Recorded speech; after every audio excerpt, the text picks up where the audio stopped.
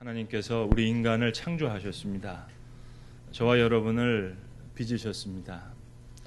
성경에는 하나님께서 우리 인간을 만드신 장면을 기록하시기를 여호와 하나님이 땅의 흙으로 사람을 지으시고 생기를 그 코에 불어넣으심으로 그가 생명이 되니라, 그렇게 말씀하고 있습니다. 저는 이 말씀에 근거해서 간단한 산수를 하나 합니다. 흙 플러스 하나님의 영 이꼴 사람. 그러면 또 다른 공식이 하나 성립됩니다. 사람 마이너스 하나님의 영 이꼴 흙. 그래서 저는 그리스도의 영이 없으면 하나님의 사람이 아니니라 하는 말씀을 제 나름대로 이렇게 읽습니다. 그리스도의 영이 없으면 사람도 아니다.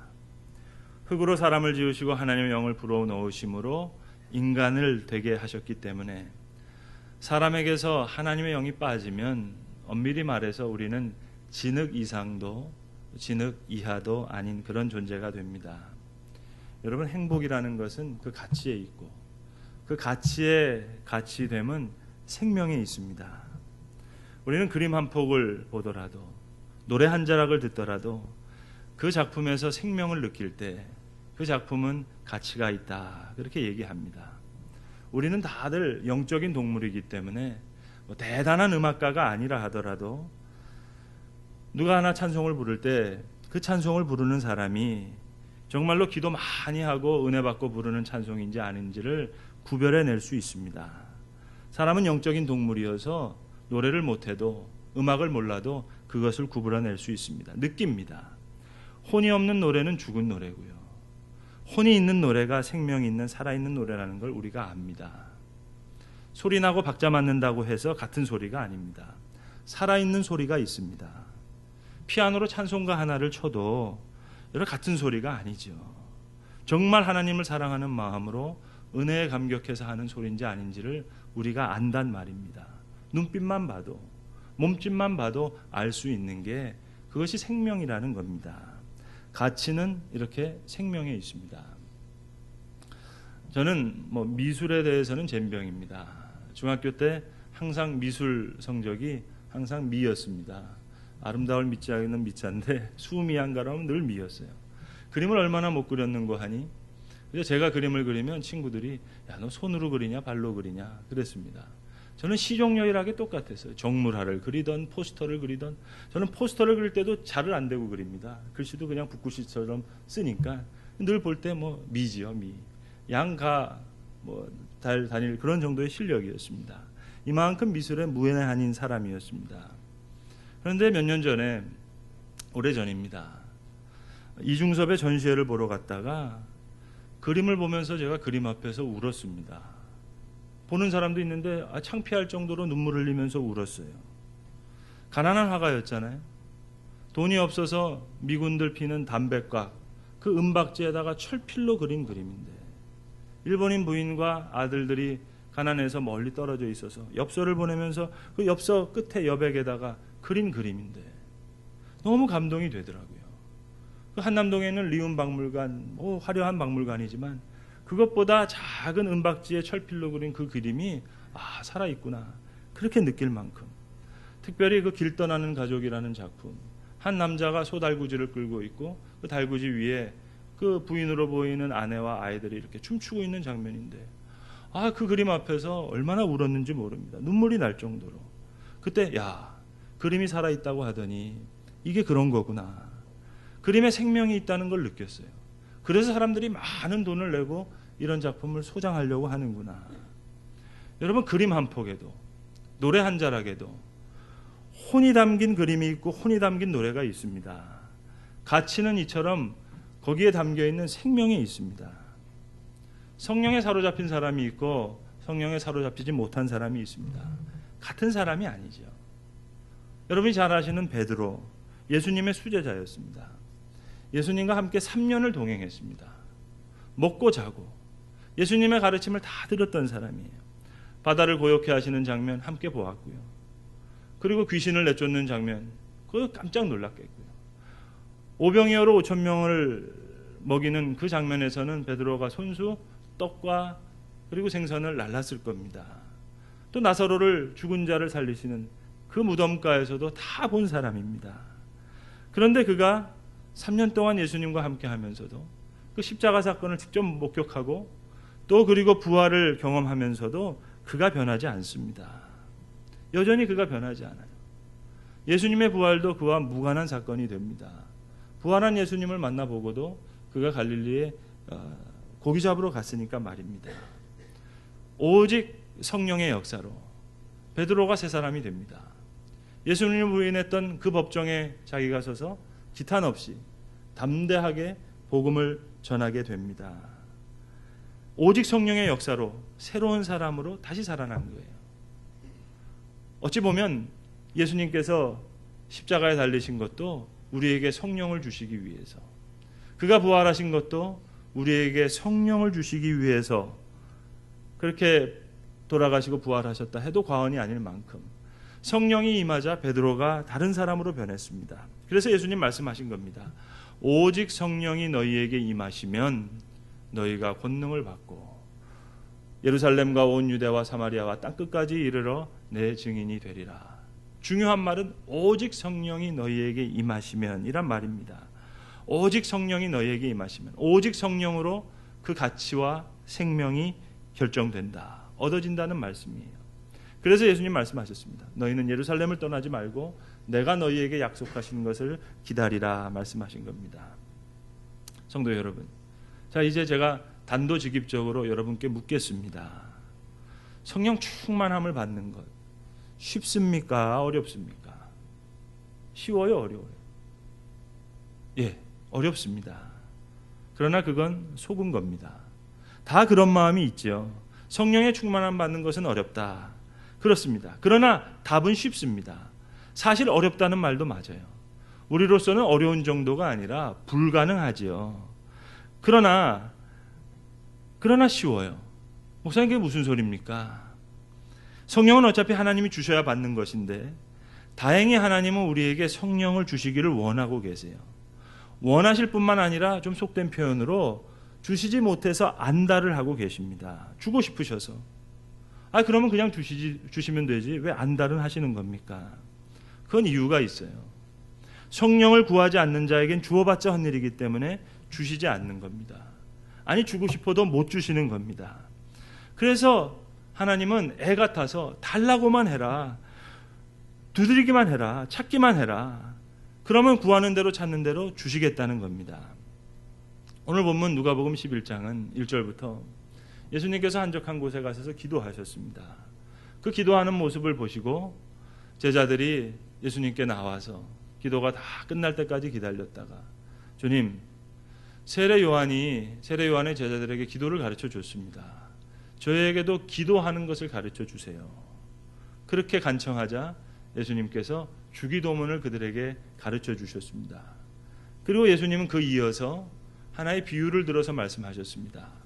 먼 여행 중에 왔던 밤중에 온 친구를 위해서 떡 3덩이를 이웃집에 가서 간청했던 그 사람의 비유를 들어서 간청함으로 구하는 것을 얻을 수 있다 하는 이야기를 하신 후에 오늘 유명한 말씀, 너희가 구하라 그리하면 너희에게 주실 것이요, 찾으라 그러면 찾게 될 것이요, 문을 두드리라 그러면 너희에게 열릴 것이라 말씀하시면서 구하는 자에게 아버지께서 성령을 선물로 주시지 않겠느냐 말씀하시므로 구하고 찾고 두드림의 내용이 성령임을 말씀하고 계신 겁니다. 성도 여러분, 뭘 구하고 계십니까? 뭘 찾고 계십니까? 뭘 두드리고 계십니까? 오늘 똑같은 말씀이 마태복음 7장에도 나옵니다. 7장 6절에 거룩한 것을 개에게 주지 말며 너희 진주를 돼지에게 던지지 말라, 그 말씀이 있고 바로 이어서 7장 7절에 구하라 그리하면 너희에게 주실 것이요, 찾으라 그리하면 찾아낼 것이요, 문을 두드리라 그리하면 너희에게 열릴 것이니 구하는 이마다 받을 것이요, 찾는 이마다 찾아낼 것이요, 두드리는 이마다 열릴 것이니라 말씀하셨습니다. 그렇다면 마태복음 7장 6절과 7절 사이에 무슨 연관이 있느냐 하는 겁니다. 제 개인적인 해석은 이렇습니다. 성령과 귀한 것은 구해야지요. 구하지 않는 것 얻은 것은 가치가 없습니다. 그것은 마치 개에게 던져진 거룩한 것과 같고 돼지에게 던져진 진주와 같아요. 구하는 자에게라야 은혜로 받을 수가 있습니다. 그러 여러분, 성령 충만함을 받지 않는 이유는 단 하나예요. 그것은 구하지 않았기 때문입니다. 정말 그렇습니다. 성령 충만함을 받지 못하는 이유는 여러 가지 이유가 있는 게 아니에요. 단 한 가지 이유가 있는데 그 이유는 바로 구하지 않았기 때문입니다. 여러분, 여기서 구한다는 것을 오해하지 마셔야 됩니다. 구한다는 것 거창한 얘기가 아니에요. 기도원에 가서 소나무 뿌리 뽑으면서 열심히 기도하겠다, 금식하면서 철회하겠다는 얘기가 아닙니다. 두 팔 두 다리 다 들고 난리를 치면서 구하라는 것이 아니에요. 정말이지 단 5분만이라도 좋아요. 두 손 모아서 하나님 앞에 머리 숙여 진심으로 기도하면 하나님께서 성령을 우리에게 주십니다. 그런데 중요한 것은 이거예요. 구한다고 하는 것을 오해하시면 안 됩니다. 구한다고 하는 것은 노력해서 되는 일이 아니에요. 결심한다고 되는 일이 아니에요. 인간의 마음 깊은 곳에는 욕심이라는 게 있어요. 이거는 마치 원죄와 같은 욕심이에요. 그래서 성경은 말씀하시기를 욕심이 잉태하여 죄를 낳고 죄가 장성하여 사망을 낳는다 그랬어요. 욕심은 죄 이전에 있는 마치 원죄와 같은 욕심이에요. 따라서 이 욕심이라고 하는 것은 원죄와 같은 속성이 있기 때문에 이건 노력한다고 되는 일이 아니에요. 결심한다고 되는 일이 아니에요. 길은 딱 한 가지밖에 없습니다. 가치관이 바뀌면 그 욕심은 버릴 수가 있어요. 한 유명한 목사님께서 이런 이야기를 하시더라고요. 당신 아들이 있었는데 2살 때 말을 배우는데 맨 처음에 엄마, 그 다음에 아빠, 그 다음에는 100원을 배우더래요. 100원짜리 주고 구멍가게 갔더니 주인 아저씨들이 과자를 주거든요. 그러니까 엄마 100원, 아빠 100원, 엄마 아빠 100원 뭐 이러면서 말을 배워가더라는 거예요. 목사님이 하루는 성도들 집에 신방 가기 위해서 나오는데 이 아들 2살 먹은 아들 녀석이 목사님 바지장랑이를 부주면서 아빠 100원 하더라는 거예요. 목사님이 그날따라 돈을 찾았는데 마침 100원짜리가 없었답니다. 그래서 찾다가 500원짜리를 하나 쥐어주면서 야, 너 오늘 수지 맞았다. 그러고 줬더니 이 녀석이 500원짜리를 자기 손에 들더니 손 한 번 보고 아빠 얼굴 한 번 보고 계속 쳐다보는, 생전 500원짜리를 처음 봤거든요. 생전이라 그래봤자 2년밖에 안 되지만, 그러니까는 그 모습이 목사님이 예쁘잖아요. 그러니까 목사님이 웃었어요. 그랬더니 이 아들이 확신을 얻은 거예요. 아빠가 돈 아닌 거 주고 나서 이거 장난치는구나. 그래서 확신을 얻고 500원짜리 확 던지면서 아빠 100원 그러더라는 거예요. 여기 목사님의 아들이 지금은 다 장성했는데 지금 500원짜리 100원짜리 주고 둘 중에 하나를 구하라 그러면 어떻게 구하겠습니까? 그러니까 더 큰 가치를 모를 때는 500원짜리 던져버리면서 100원 이렇게 하게 되지만 가치를 알게 되면 500원 얻기 위해서 100원 버리는 거는 쉽다 이겁니다. 이건 노력할 필요가 없어요. 결심할 필요도 없어요. 가치관이 변하면, 알면 자동적으로 버리게 되는 겁니다. 하나님의 나라를 봤어요. 더 높은 고상한 가치를 봤어요. 이제 이 세상 욕심내지 않는 겁니다. 전 대학교 다닐 때 말로만 듣던 하버드 대학교, 예일 대학교에 편지를 썼어요. 학교 카탈로그 좀 보내달라고. 그건 뭐 어려운 일이 아닙니다. 편지만 쓰면 세계 어느 나라에도 뭐 묻지도 않고 따지도 않고 다 보내주는 거니까 쉬운 일이죠. 그냥 보내줘요. 거기 보면 학교 소개하는 사진들 좀 있고 그 다음에 입학 요강들이 이렇게 있습니다. 무료 카탈로그입니다. 돈 드는 거 아닙니다. 그런데 여러분, 하버드 대학교 카탈로그만 제 책장에 꽂아놓은 거였는데 제 경우에는 사람이 달라지던데요. 가치가 사람을 바꿔요. 학교 올라가는 자세도 달라지고요. 도서관에 앉아서 공부하는 태도도 달라졌어요. 여러분, 구하는 것이라는 것은 바로 이런 겁니다. 좋은 대학을 마음에 품기만 해도, 찾기만 해도, 두드리기만 해도, 구하기만 해도 학생의 모습이 달라집니다. 구한다는 것은 노력, 결심, 그게 아니라 무엇을 사모하느냐의 문제입니다. 바르게 구하는 것, 이제 세상 욕심이 아니고 오직 그의 나라와 그의 뜻을 구하고 사모하는 거예요. 그래서 주님께서 사람이 물과 성령으로 거듭나지 아니하면 하나님 나라에 들어갈 수 없다 니고데모에게 그렇게 말씀하셨습니다. 하나님 나라를 볼 수 없다는 거예요. 가치관이 이제 바뀌었어요. 그래서 사도 바울은 내가 내 주 그리스도 예수를 아는 지식이 가장 고상함으로 인해 모든 것을 해로 여긴다 그랬어요. 세상의 모든 것을 배설물로 여기는 이유는 그리스도를 얻고 그 안에서 발견되려 함이라. 그리스도 예수에 대한 지식이 가장 고상하기 때문에 이게 배설물이라는 겁니다. 욕심의 문제가 해결됐어요. 그러고 나니까 나의 문제를 이제 해결할 수 있어요. 나를 부인할 수가 있어요. 얼마나 근사한 일입니까? 노력과 결단으로 이루어진 일이 아니에요. 성령으로 거듭났어요. 이제 욕심을 버리고 나니까 내가 내 생의 주인이 될 필요가 없어요. 하나님께서 내 마음속에 자정하시고 내 삶의 주인이 되셨어요. 그래서 성령이 너희에게 임하시면 이제 하나님의 삶, 모든 삶의 주인이 하나님이 우리 마음속에 좌정하신다는 말입니다. 여러분, 여기 또 하나 중요한 사실이 있습니다. 본문 말씀대로 아버지께서 너희에게 성령을 주시지 않겠느냐. 저와 여러분의 마음에 성령이 안 계신 게 아니에요. 하나님 우리와 함께 계십니다. 중요한 건 이거예요. 집안에 연로하신 어머님이 계세요. 그러나 어머님께 그저 식사 하루 세 끼만 챙겨드리고 아무것도 부탁하지 않고 상의하지 않고 일을 드리지 않으면 그 집안에 어머니의 충만함이 없습니다. 어머니의 충만이 있기 위해서는 어머님께 이것저것 여쭙고 일도 드리고 계속 상의하고 그때 그 집안에 어머니가 충만한 거예요. 그러니까 어머니의 충만의 키는 어머니가 가지고 있는 게 아니에요. 아들과 며느리가 가지고 있는 겁니다. 성령의 충만함의 키는 성령께 있는 게 아니에요. 우리 마음에 있습니다. 저는 이번 성령 강림 주일을 준비하면서 역사적으로 가장 유명하다고 하는 스펄전 목사님의 성령에 대한 설교를 읽다가 너무 큰 은혜를 받았어요. 스펄전 목사님이 이사야 40장 7절 말씀을 놓고 설교를 하셨는데 그 설교 제목이 뭔고 하니 시들게 하시는 성령의 역사라는 제목입니다. The Withering Work of the Spirit. 아주 유명한 제목의 설교입니다. 풀은 마르고 꽃은 시들미 여호와의 기운이 그 위에 불미라. 이 말씀을 가지고 설교를 하시는데요. 성령의 역사는 충만케 하시는 역사만 있는 게 아니라 시들게 하시는 역사가 있다는 말이에요. The withering work of the Spirit. 제가 이 설교를 읽으면서 큰 충격도 받았고 많은 은혜도 받았습니다. 시들게 하시는 역사가 있다는 거예요.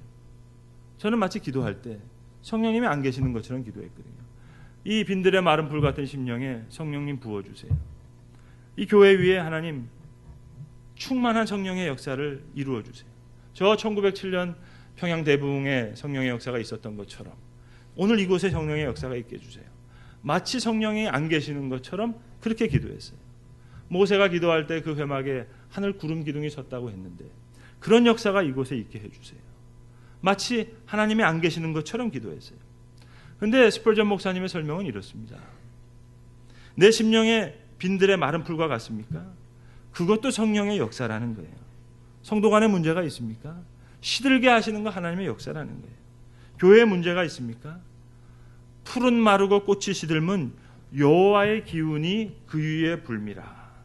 시들게 하시는 것도 하나님의 역사라는 거예요. 그래서 그의 결론은 이렇습니다. 성령 충만은 갈급한 자에게 부어주시는 하나님의 은혜라는 거예요. 목마른 자에게 부어주시는 그분의 은총이라는 거예요. 아프리카 속담 중에 제가 좋아하는 말이 하나 있습니다. 물은 절벽을 만나야 폭포가 된다.